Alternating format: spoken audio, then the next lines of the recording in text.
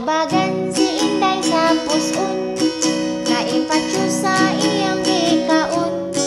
Lami kunuwa siya kapugong, siyang kabulan iyang impeksyon. Tinay-tinay namin yung hapon, hapon nga tigulang ug hubakon.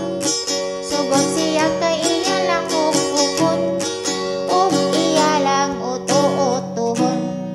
Ay pasti lang baya kining kinabuhi, mga gwapang makigning niyo lagbati. Basta dunay kwarta, basta daghag sapi, bisag tigulang na bisag bungi. Daghang punong mga babayi karon, dula-dulaan ang kaminyoon.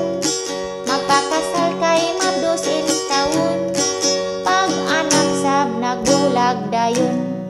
Ay pasti lang baya kining kinabuhi, mga gwapang makigning niyo lagbati.